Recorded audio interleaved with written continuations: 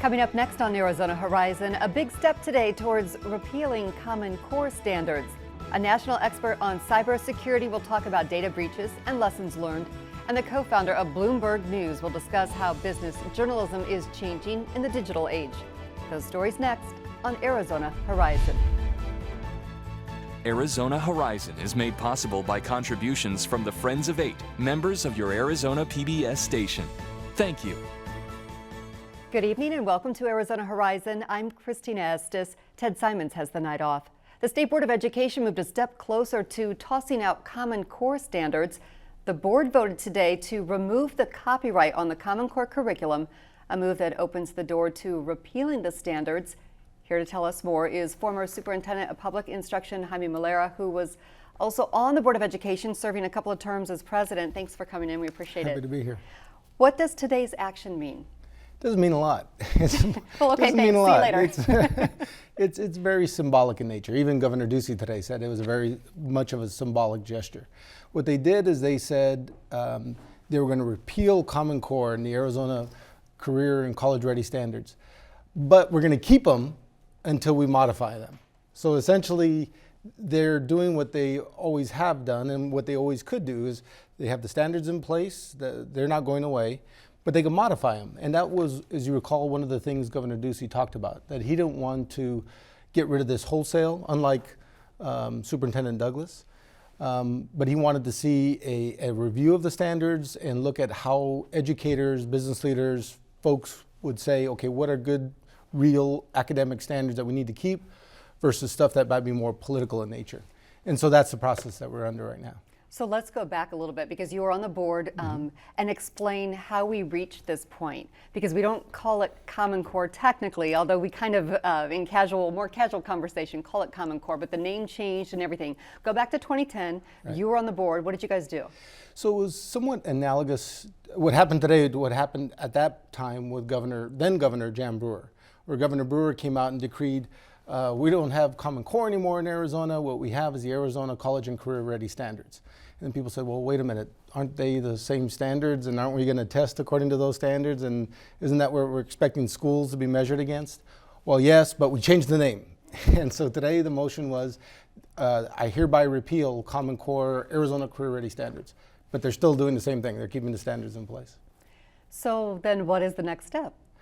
So the next step is something that the board has already put in place, and that is to do a review of the standards, to get input from the public. They're going to, I want to say 16 communities across Arizona. As a matter of fact, tonight, they're going to be in Prescott having a town hall meeting, essentially. Folks can go online to the State Board website, offer their opinions.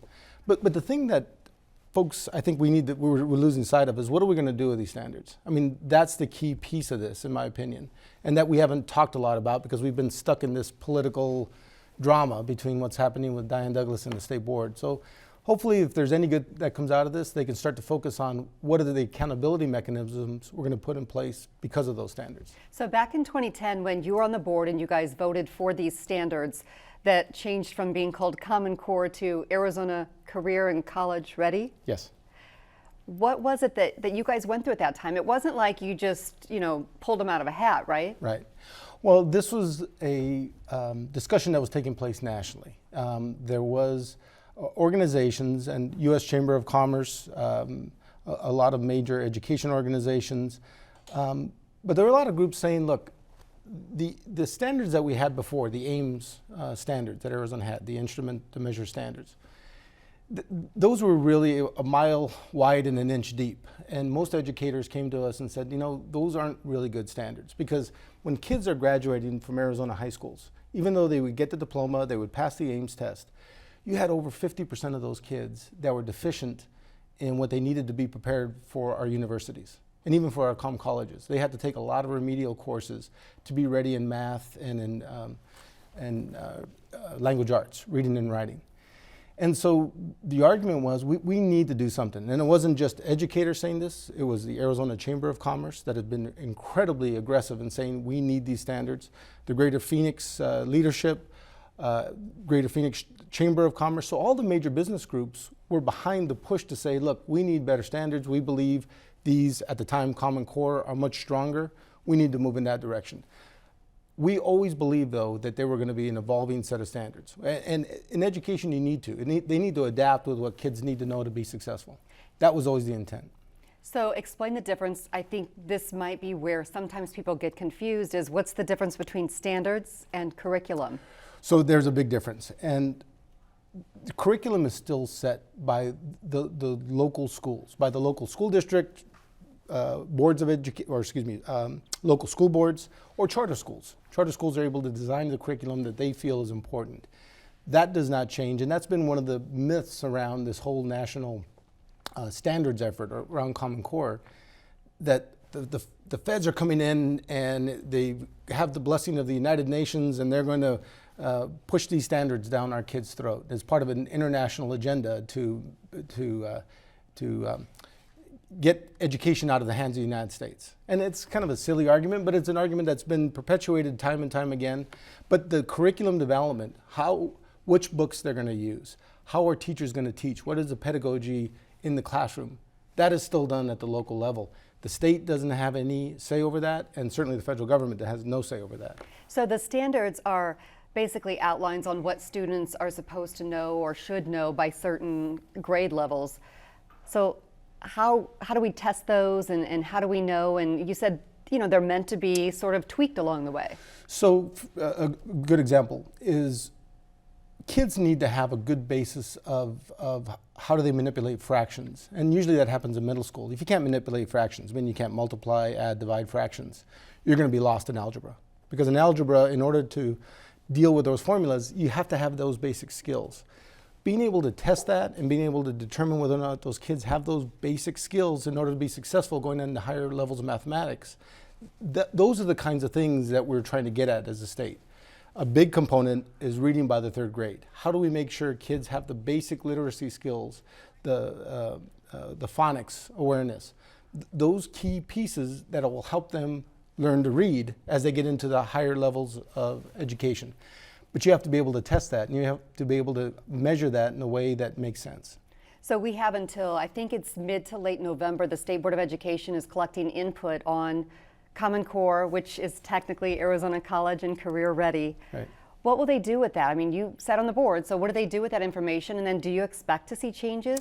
I do, and like I said, that was a process that was already put in place. So I think there's always room for clarity in what the standards are asking for.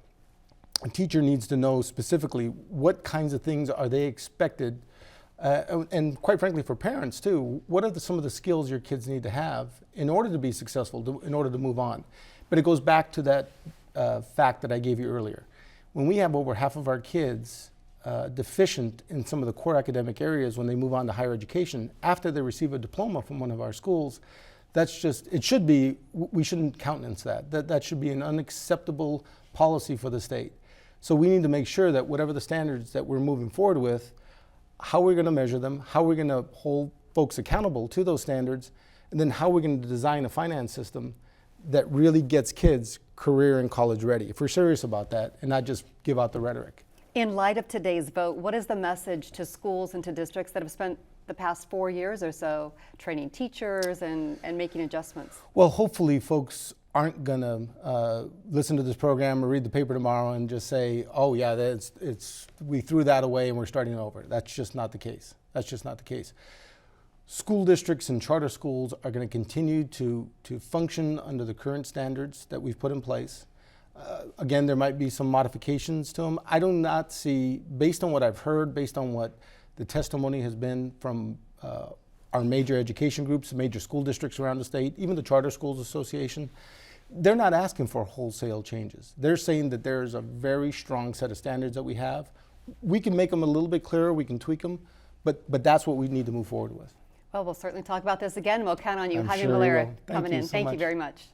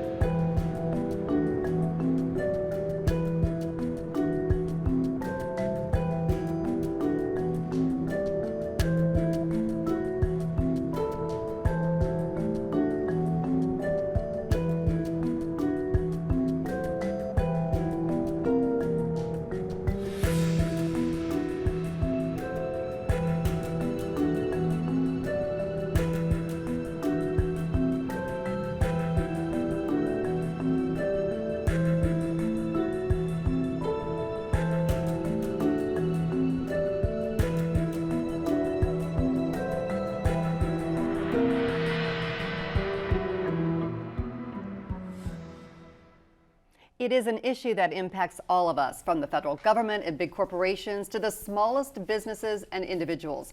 Cyber criminals seem to be lurking everywhere. A forum on the issue is taking place in Paradise Valley, titled Cybersecurity State of Affairs: From Controlled Chaos to Cyber Warfare. The forum's being coordinated by Adam Levin, a well-known consumer advocate who writes on the issue for the Huffington Post. Adam Levin is here to share his insight. Thanks so much for coming in. Thanks for inviting me. You have said the cyber war has replaced the Cold War. What does that mean? What it means is that, where we are traditionally oriented toward thinking of Cold War, now we have the cyber war. And whereas we have people talking about building the wall, the truth is the real wall we should be worried about, which is almost impossible to construct really, is the cyber wall. And that is, how do we protect ourselves against these massive cyber incidents that can actually result in physical damage and injury because power grids go down, financial grids go down. I mean, we could be facing at some point a Cybergeddon, and we have to be prepared for it. Well, it seems every day we hear from Target to the federal government to the director of the CIA. It seems like we hear this every day, every other day, and some people sort of toss up their hands and say, well, it's bound to happen. There's not much we can do. Is there? Well, there are things that we can do, but we have to face a new reality. And the paradigm shift in the way we think is that breaches have become the third certainty in life. That we are facing a very well-armed, well-resourced, persistent, sophisticated, and intelligent group of hackers. And there are four kinds of hackers: the folks that do it for the money, the folks that do it because they're state-sponsored, folks that do it because it's cause-related, and folks that do it because they can and they want to prove that they can. And we face this throughout the day, hundreds of thousands of attacks on businesses, on government, on individual consumers. And it's a question of how do we adjust to this new reality? What's the answer? Well, the answer is what I call the 3 M's. And that is, you need to minimize your risk of exposure as best you can. You need to monitor, and you need to have a damage control program. And that goes for consumers, business, and government. Now, minimizing your risk of exposure is everything that everyone always told you to do, from not carrying your Social Security card, limiting the amount of credit and debit cards you carry, securing the devices that you use, your computers, your tablets, your smartphones. They are data storage devices, not just communication devices. Where am I most at risk if I take the steps, follow the 3 M's that you mentioned in your book that's called Swiped? If I were to follow that, how do I know anybody else is? My doctor or my government? Well, the problem is that you can't know that. So that's why you need to be monitoring so that you can detect issues as quickly as possible. And you need to have a damage control program. And a lot of people think, oh, that's very complicated, that's very expensive. The truth is, many institutions with whom people have relationships, whether they be insurance companies, credit unions, financial services companies, or even the HR department where you work, have developed programs and are working with cyber partners that will help you through identity incidents. But you need to know what they've got, what they're doing. So you need to ask a question. Do you have such a program? Am I in it? If I'm not in it, what do I need to do to get in it? Is it free, at minimal cost, or what is it going to cost me? Then you make a decision. But the threats have become so sophisticated. The fact that it takes oftentimes so long to learn that you're having a problem, that you're so deep in it when you finally find out, that you really need a professional to kind of help you through it. What have you seen or heard when it comes to a private entity or a public entity who's been hacked, lessons that they've learned, things that they've done right after the fact? Well, the problem is that so many institutions haven't done right before the fact. I'll give you an example. The federal government just concluded a cyber sprint, 30-day cyber sprint. You have to ask yourself a question.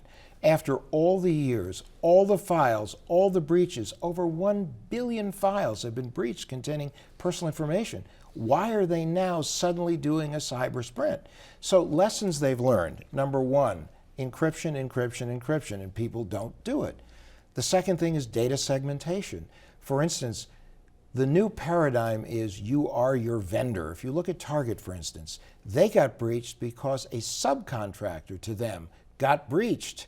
And that access was used, that privileged access, to crawl into their systems. In addition to that, the institutions don't do enough testing. They don't do enough training. And most importantly, businesses used to be judged on can they stop it from happening. The new paradigm says if they can't stop it from happening, how do they handle it? And unless an institution is willing to handle it urgently, transparently, and empathetically, that institution is going to be damaged, in some cases permanently. Well, it sounds like you're not too impressed with any private or public entity, are you? Well, I think more and more they're getting better. And some of them have been very good. But here's the issue. Regardless of how secure your system is, all you need is one person to make one mistake, to click on one link. There are companies out there that are hired now to actually fish employees of companies to see whether or not they're going to fall for it. And I've spoken to major institutions where first it was 80%, then it was 60%, now it's 50%, but it's still not far below 50% where employees are making that mistake. And once they make that mistake and a system is infected, you could be exposing millions and millions of people to having a problem. All right, I'm going to try to follow the 3 M's and not be too depressed over this conversation, Adam. Really great information, appreciate it, but boy, it sure makes you not feel very secure. No, we got a lot of work to do. Adam Levin, consumer advocate and author, thank you so much. Appreciate your time. Thank you for the invitation.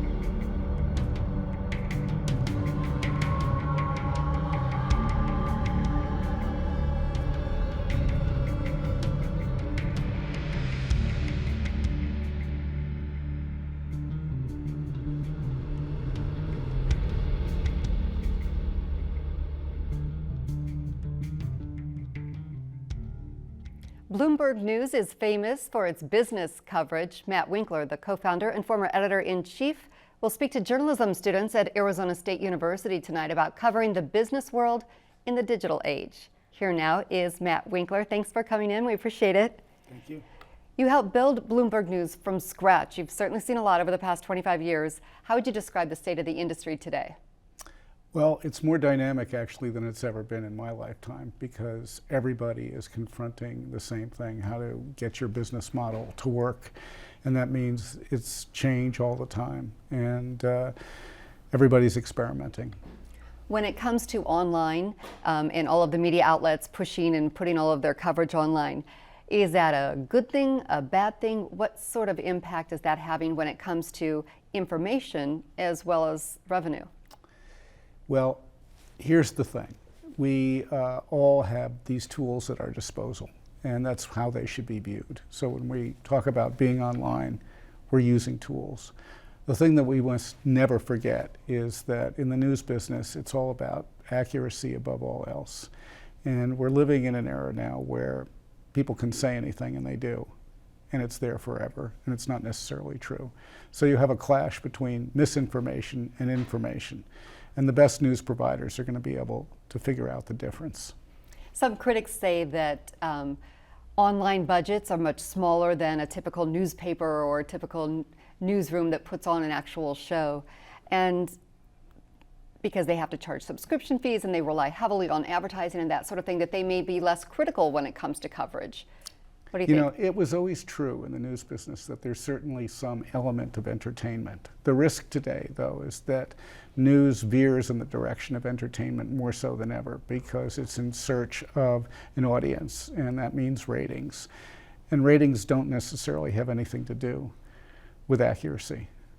So does that mean that's where we're heading? More entertainment versus? No, I think that there are plenty of news organizations that recognize that the most valuable news is actionable news. The most valuable news is news that helps people make informed decisions. They're willing to pay for news as long as it helps them be smarter, faster, better. So the news organization that does that consistently actually is going to do fine.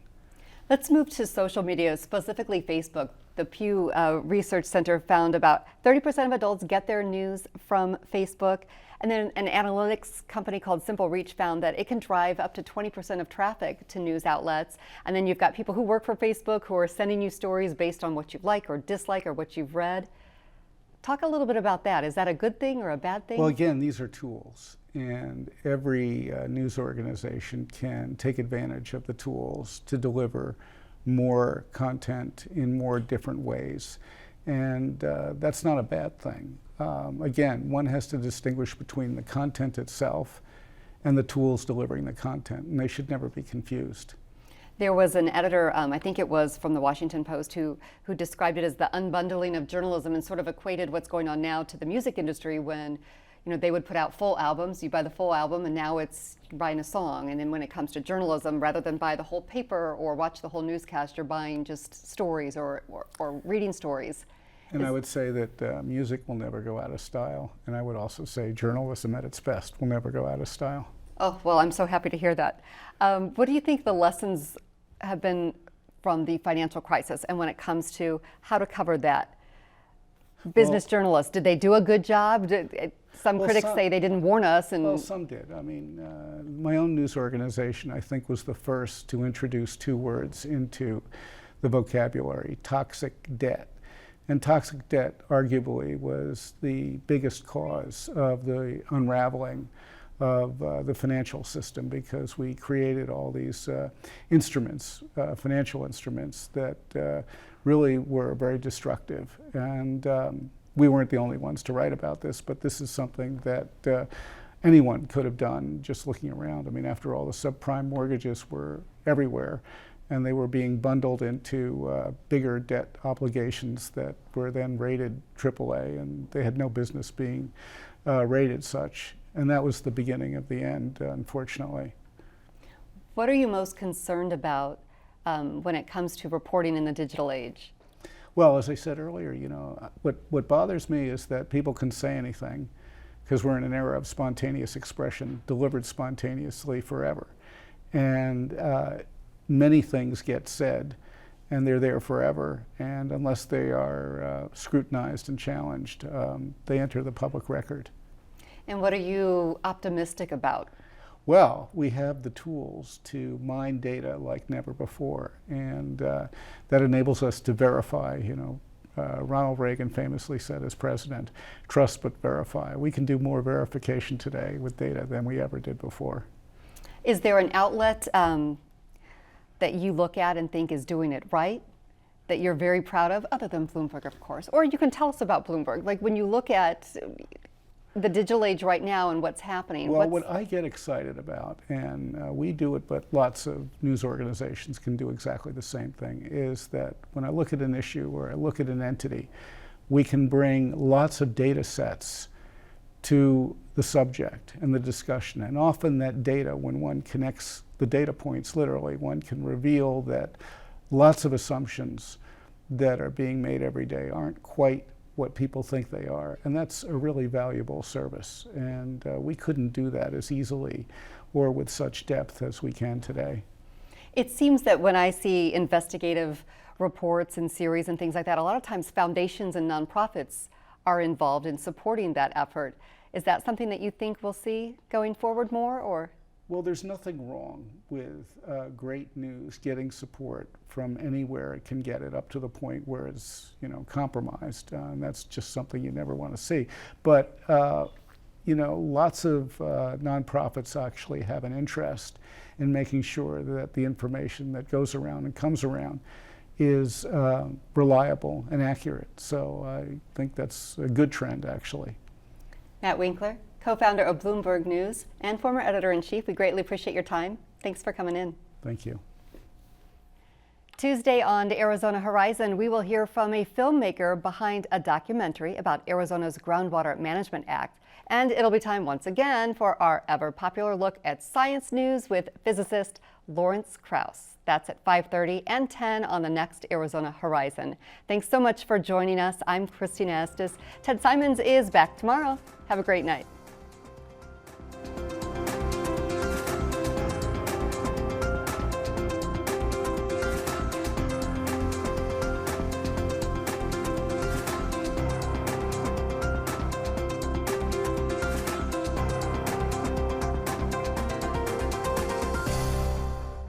Arizona Horizon is made possible by contributions from the Friends of 8, members of your Arizona PBS station. Thank you.